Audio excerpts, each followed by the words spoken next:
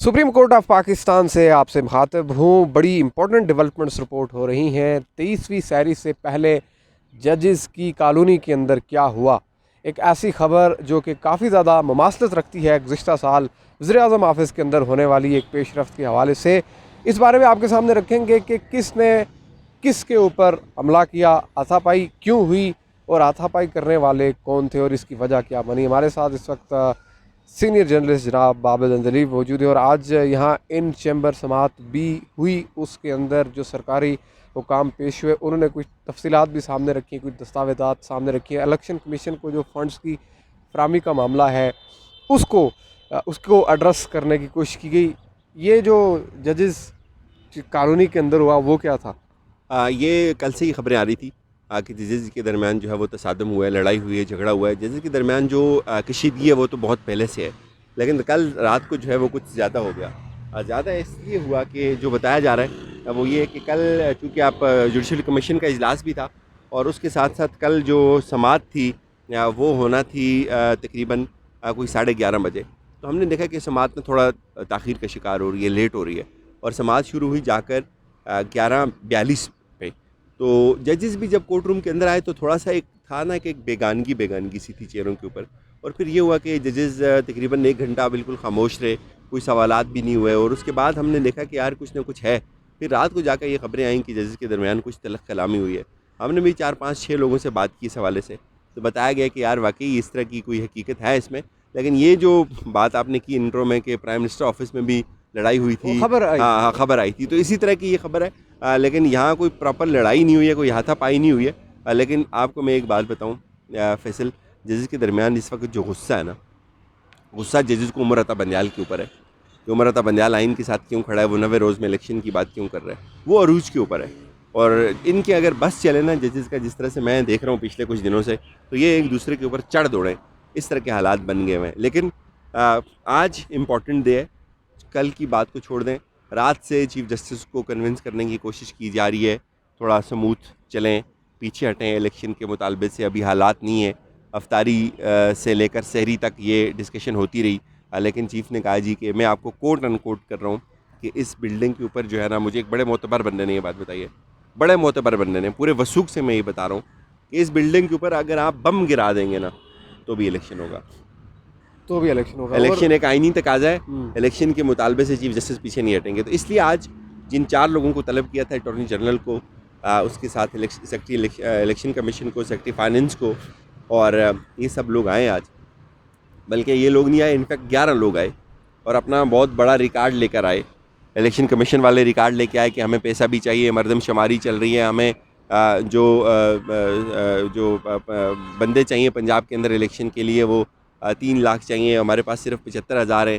तो चीफ़ साहब किसी भी बात के ऊपर कन्विंस नहीं है, चूँकि चीफ़ को ये बात समझ आ गई है कि इलेक्शन कमीशन ने जिस तरह पिछले साल ब्लफ़ किया था कि हम इलेक्शन 3 महीने में करवा सकते हैं, पहले कहा, और बाद में कहा जी कि हम तो इलेक्शन नहीं करवा सकते। मतलब 1 साल से ये इलेक्शन का कज़िया चल रहा है। वो चेयरमैन इलेक्शन कमीशन कमिश्नर वो चीफ इलेक्शन कमिश्नर, वो पिछले साल आकर यहाँ बात कर रहा है हमारे सामने कि यार मैं 3 महीने के अंदर अंदर इलेक्शन करवा दूंगा पूरे मुल्क का। अब वो कह रहे हैं कि वो पंजाब के अंदर इलेक्शन नहीं करवा सकता। तो चीफ़ को ये बातें समझ आ रही हैं। और इसलिए अब मुझे ये लगता है कि आर्टिकल 191 और 190 ये बड़े स्ट्रॉन्ग आर्टिकल्स हैं। ये चीफ़ को एम्पावर करते हैं, ये चीफ़ के पास इतनी ताकत देते हैं कि चीफ़ एग्जीक्यूटिव का किरदार खुद अपने हाथ में ले ले। और उसने कहा जी 2 ही रास्ते हैं आपके पास, या 190 है आप इलेक्शन करवाएं, पैसा दें सारे इदारे, या 204 है कि आप तौहीन अदालत में जो है ना मैं खड़का दूंगा। तो अब मुझे लगता है कि ये बात जो है ना खड़काने के ऊपर आ गई है। लेकिन सबसे जो ट्विस्ट है ना इसमें मज़े का वो ये है, हुकूमत की कोशिश थी कि वो सियासी शहीद बनेगी, हाँ, सियासी लोग नायल हो जाएंगे, विक्टिम खेलेगी। चीफ़ ने वो मौका ही ख़त्म कर दिया। चीफ़ ने सरकारी लोगों को बुला लिया, हाँ, सेक्रेटरी फाइनेंस को बुला लिया। सेक्रेटरी फाइनेंस ने इलेक्शन तो नहीं लड़ना ना, वो जाके कहे जी मुझे चीफ़ ने नायल कर दिया। वो क्यों कहेगा मुझे क्यों निकाला, ब्यूरोक्रेट क्यों जाके कहेगा मुझे क्यों निकाला। तो अब ये जो गेम है ना, बड़ी चीफ ने बड़ी पेचीदा कर दी हुई है। अच्छा, कल जब ये बदमज़गी हुई जजेस कॉलोनी के अंदर, तो उसी रोज़ हमने देखा 2 अहम डेवलपमेंट्स हुई। एक तो पार्लियामेंट ने वो 8 रुकनी बेंच उड़ा दिया। हाँ, फिर सुप्रीम एक रेफरेंस भी जमा हो गया 8 रुकनी बेंच के खिलाफ। सुप्रीम कोर्ट ने, मियां दाऊद साहब ने किया, सुप्रीम कोर्ट ने कानून साजी उड़ा दी, हाँ, बतल कर दी। और नहीं, रेफरेंस की बात करें ना, मियां दाऊद साहब, रेफरेंस तो आज दायर हुआ ना। मियां दाऊद साहब को सबसे ज्यादा कवरेज क्यों मिल रही है मीडिया हाँ, के मियां ऊपर? दाऊद साहब कौन है, आप बताएं ना। वकील है, हाँ नहीं वकील नहीं है, कुछ उनका एक वकील मखसूस तासिर भी है, इमरान उनको खान लेकर। साहब के ऊपर जो हमला किया था ना जिस बंदे ने, उसके वकील हैं वो। अच्छा और उसकी प्रेस कॉन्फ्रेंस पीटीवी भी दिखाता है। अच्छा। हाँ, बड़े जेन्युइन बंदे हैं वो। उन्होंने रेफरेंस दायर कर दिया जी। वो कहते हैं ये 8 के 8 जजेस को नायल कर दें। अच्छा इस रेफरेंस की कितनी एक वर्ष है? कोई नहीं है उठाकर रद्दी की टोकरी में, ये वो रेफरेंस है जिसको रद्दी की टोकरी में भी कोई नहीं डालेगा। तो इस सारे आप मुझे ये बताएं यार, ये हाँ। 15 जज है ना, इनमें से कोई एक भी कह दे इलेक्शन 90 रोज़ के अंदर नहीं हो सकता, ये आईनी तकाजा नहीं है। हम इस इमारत में कभी आएंगे ही नहीं, इसके आगे से भी नहीं फिरेंगे, यकीन माने। इन सबको पता है 90 रोज़ यही में सवाल इलेक्शन। तो उस दिन फाइज साहब जब फाइज साहब को पार्लियामेंट छोड़े से हो इधर या आ रहे नो, थे पैदल, और हाँ। साफियों ने उन्हें पूछा, नहीं लेकिन नहीं, वो मुस्कुरा दे रहे। बात ये है कि सबको पता है 90 दिन इलेक्शन में, सबको पता तो है। फिर जिद क्या है? जिद ये कि चीफ जो है ना वो इलेक्शन क्यों करवा रहे हैं। इलेक्शन क्यों करना? हाँ, चीफ के अच्छा साथ जिद है। अच्छा ये बता दें कि इस सब में गुज़श्ता रोज़ हमने देखा था बार कौंसिल को बायकॉट किया हुआ था उन्होंने। दीगर आपने लोगों देखा को ये सारी फ्री जगह भरी हुई थी। फ्री अभी भी कराने के यहाँ लिए वकील हैं। नोटिस जारी हुए अभी थे यहाँ अदालत वकील के। हैं, वो अभी जुमे के लिए गए हैं, आप दिखाएं इधर नहीं, नीचे नहीं, करके। अदालत ये की- सारी जगहों पे नीचे वकील होते हैं, ये अभी भी यहाँ बैठे हुए, अभी जुमा पढ़ने गए हैं। अदालत की जानिब से कोई नोटिस जारी हुए थे, हाँ। उसकी क्या अहमियत है?